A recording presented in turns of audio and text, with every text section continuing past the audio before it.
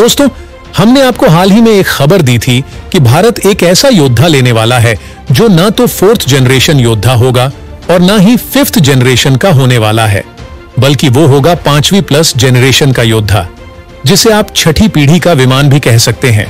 अगर आपको याद आ गया हो तो हम बात कर रहे हैं फ्रांस के भविष्य के विमान सुपर राफेल की, जिसे राफेल F5 भी कहा जा रहा है।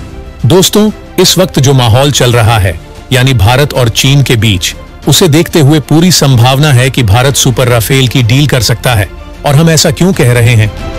तो दोस्तों, इंटरनेशनल मीडिया में इस बात के चर्चे होने लगे हैं कि भारत गणतंत्र दिवस के मौके पर फ्रांस के राष्ट्रपति को आमंत्रित कर ये बता चुका है कि भारत चीन को लेकर जिस तनाव से गुजर रहा है और भारत को जिस तकनीक वाले हवाई लड़ाके चाहिए, यानी 5वीं पीढ़ी के हवाई योद्धाओं की, उसके लिए भारत फ्रांस से सुपर राफेल की डील कर सकता है। और ऐसा होता है तो ये भारत के लिए ऐतिहासिक दिन होगा और इसको लेकर तगड़ी खुशखबरी आज ही आपको मिल सकती है और इसको लेकर एक बड़ा अपडेट भी आ चुका है। दरअसल फ्रांस और भारत के बीच इस विमान को लेकर डील हो सकती है और इसके लिए पीएम मोदी फ्रांस के राष्ट्रपति को भारत बुला भी चुके हैं। और यहां पर हम आपको ये भी बता दें कि अगर भारत सुपर राफेल की डील करता है तो फिर सिर्फ चीन ही भारत से हैरान नहीं होगा, बल्कि अमेरिका और रूस भी हो सकते हैं, क्योंकि भारत के पास 5वीं प्लस जनरेशन के हवाई लड़ाकू योद्धाओं की तकनीक आए, ये अमेरिका को बर्दाश्त नहीं है और ना ही चीन को है। और उधर रूस तो भारत को खुद Su-57 योद्धा बेचना चाहता है, इसलिए हो सकता है भारत को रूस और अमेरिका की नाराजगी का सामना करना पड़े, लेकिन भारत फिर भी इस हवाई योद्धा की डील कर सकता है। और ये किस आधार पर बोल रहे हैं, ये हम आपको आगे वीडियो में बताते हैं। फिलहाल आप इस विमान की खासियतें जान लीजिए कि ये विमान चीन के J-20 और अमेरिका के F-35 से किस तरह से आगे हैं। राफेल, राफेल M और अब सुपर राफेल। ऐतिहासिक डील से एक कदम दूर हैं भारत और फ्रांस। दोस्तों, वैसे भारत को 5वीं पीढ़ी का हवाई योद्धा देने के लिए अमेरिका भी अपने F-35 की पेशकश कर चुका है, तो रूस अपने Su-57 की, लेकिन फिर भी भारत इनसे डील क्यों नहीं कर रहा है? तो दोस्तों, इसका जवाब अगर आप जानना चाहते हैं तो आपको अब ये जवाब खुद ही अब मिल जाएगा। दरअसल सबसे पहले तो आप ये जान लीजिए कि फ्रांस लंबे वक्त से यूरोप के next generation fighter jet programme का सदस्य रहा है। इस प्रोग्राम में फंड को लेकर खींचतान के बाद फ्रांस ने खुद के विमान को बनाने पर ज्यादा फोकस किया है। इधर फ्रांसीसी सेना को उम्मीद है कि उन्हें जल्द ही अमेरिकी F-35 से भी बेहतर लड़ाकू विमान मिल सकता है। यही कारण है कि भारत फ्रांस के साथ ही ये डील करने की उम्मीद रख रहा है।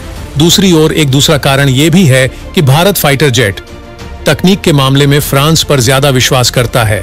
भारत फ्रांस का राफेल जैसा योद्धा इस्तेमाल कर ही रहा है और उसके बाद अपनी नेवी के लिए राफेल मरीन खरीदने के लिए डील कर चुका है। और यही कारण है कि फ्रांस से ही राफेल F5 को खरीदने पर विचार कर रही है और बताया जा रहा है कि गणतंत्र दिवस के अगले ही दिन इस पर डील हो सकती है। अगर इस विमान की खासियतों की बात की जाए तो लड़ाकू विमान बनाने वाली फ्रांस की कंपनी डसॉल्ट एविएशन अब सुपर राफेल बनाने पर काम कर रही है। इसका नाम होगा राफेल F5। इस महाविध्वंसक लड़ाकू विमान से न सिर्फ हाइपरसोनिक मिसाइलों को दागा जा सकेगा, बल्कि यह स्टील्थ तकनीक से भी लैस होगा।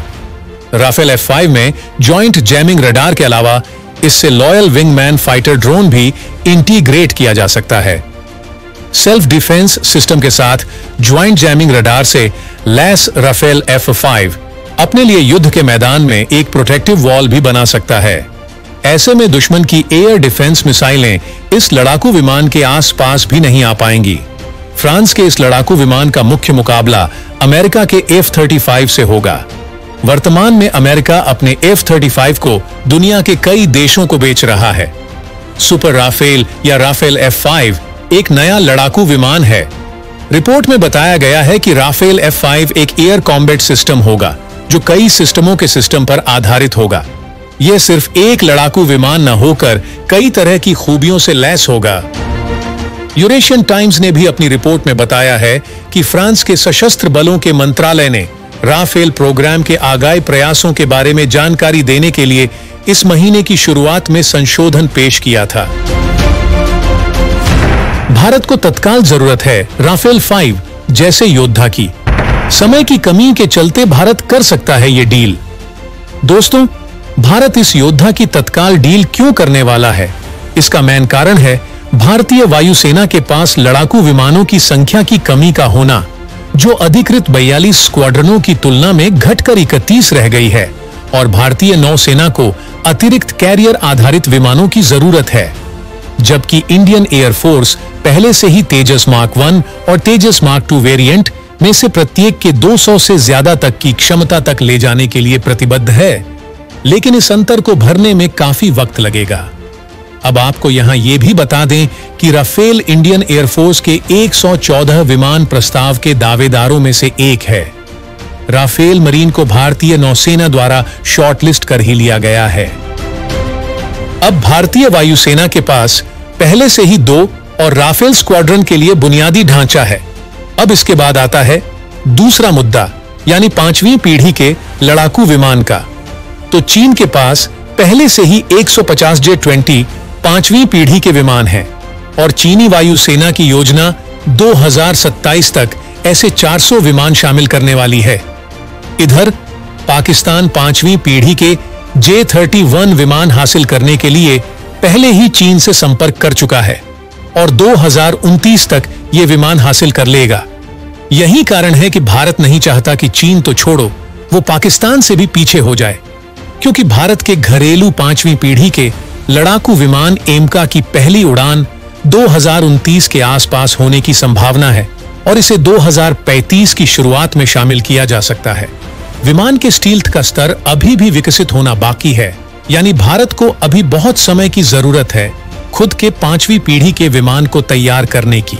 इसलिए भारत अब फ्रांस के साथ सुपर राफेल की डील करना चाहता है। भारतीय वायुसेना अपनी दोनों आवश्यकताओं को पूरा करने के लिए मेक इन इंडिया राफेल पर विचार कर सकता है। हालांकि दोस्तों, आपको क्या लगता है, क्या भारत को इस सुपर राफेल विमान की डील फ्रांस के साथ कर लेनी चाहिए? भारत को कितने सुपर राफेल खरीदने चाहिए और भारत को कहां-कहां पर इनकी तैनाती करनी चाहिए? अपने इन विचारों को कमेंट के जरिए हम तक जरूर पहुंचाइएगा, और वीडियो पर अपना लाइक जरूर कीजिएगा, और चैनल पर नए हैं तो चैनल को सब्सक्राइब जरूर कर लीजिए। धन्यवाद।